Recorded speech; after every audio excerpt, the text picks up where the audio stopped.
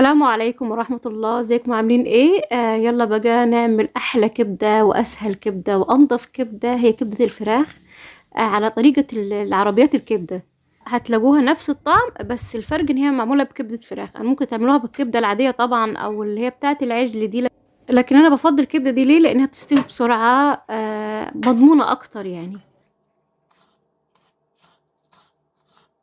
اول اضافه بحطها للكبده واللي بنلاقيها في السندوتشات احنا بنشتريها من بره هي الفلفل الاخضر، سواء حامي او بارد، بس انا بحط الاتنين. ده بيديها نكهه قويه جدا وطعم ومفيد كمان.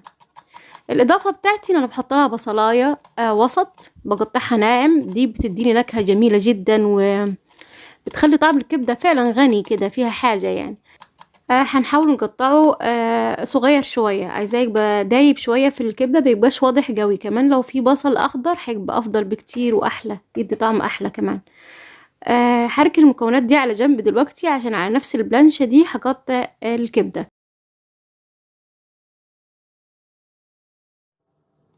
هنقطع الكبدة مش كبيرة ولا صغيرة، هنخليها وسط، مش عايزين تبقى ناعمة قوي، عشان دي لو نعمت خالص بتتهري اكتر لان بتستوي بسرعة.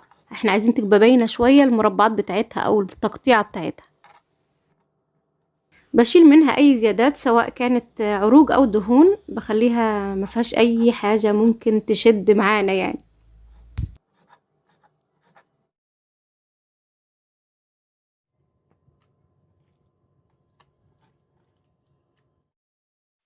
هنيجي بقى للثوم. انا بكتر توم شوية، ممكن تعملوا راس توم كبيرة او اكتر كمان، هو ده اللي بيديه الريحة القوية اللي احنا بنشمها يعني. بس بحاول ادجه بالهون، مش بفرمه بالسكينة، بحس ان الدج بيبقى احلى بكتير. بحط ايه بقى؟ بحط كمون حب وكزبرة ناشفة بس، وملح. لان الكمون الحب ده بيدي نكهة حلوة قوي، لما بندقه بيبقى فيه اثار كده في الاكل، كده بتحسوا طعمه جميل، مش بيبقى دايب مش عارفين ايه، ولا ناشف خالص يعني هنرشه. تمام، فلما يتدق بيبقى مظبوط خالص معايا. في طاسة على النار احط شوية زيت، وهنزل بالكبدة اول ما الزيت يسخن. اللهم صل على سيدنا محمد. يا جماعة، يلا بقى لو انتوا متابعين الفيديو لحد دلوقتي او مهتمين تشوفوا طريقة عمل الكبدة يعني، فارجوكم يعني تنزلوا تحطوا لايك للفيديو، ولو مش مشتركين تشتركوا في القناة، ومش هقولكم فعلوا زر الجرس عشان ده مفروض معروف يعني. تمام. قبل ما انسى، انا عصرت ليمون، بكتر ليمون لان لسه هحط في سلطة، هعمل سلطة احط فيها ليمون، بس ده مش هتشوفوه معايا. لكن بكتر ليمون اساس هحط في الكبدة باذن الله، وعلى النار بيديها طعم وريحة فظيعة. بس انا هقلب اول حاجه الكبده، اول ما تحمر شويه احاول اقلبها كده، واول ما تبقى كلها لون واحد هنزل بايه؟ بالبصل والفلفل. ليه؟ لان انا عايزه البصل يستوي، مش عايزاه يبقى باين خالص او احطه في الاخر، ما ينفعش يعني.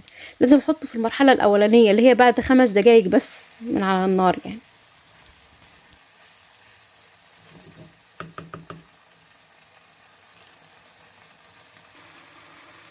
المرحله دي بتبقى السوائل فيها زياده شويه، اللي هو سواء البصل والفلفل والكبده كمان نفسها.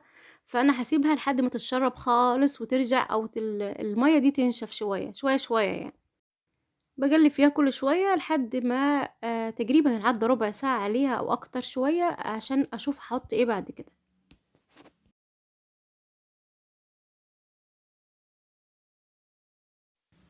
دلوقتي هحط التوم. انا بكتر توم، هخلي بس شويه في الهون عشان هعمل بيها برضو السلطه، لان انتوا زي ما عارفين سلطه الكبده بتبقى عباره عن فلفل اخضر حامي بس، وطماطم وتوم وليمون.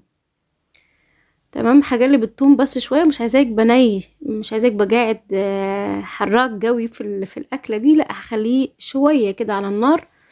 وفي الوقت ده تقريبا هي استوت، بس انا بحب احط لها الخل والليمون، هو اللي بيديها الريحه يا جماعه، هو اللي بيخلي الناس تقف على العربيات كده تشعر بالجوع فجاه. الخل على النار بيدي ريحة فظيعة للأكلة نفسها، مش بس ريحة الخل هي اللي بتطلع يعني. وكمان الليمون، هصفي شوية ليمون كده من غير بذر، ولو في حاجة وقعت هشيلها عادي.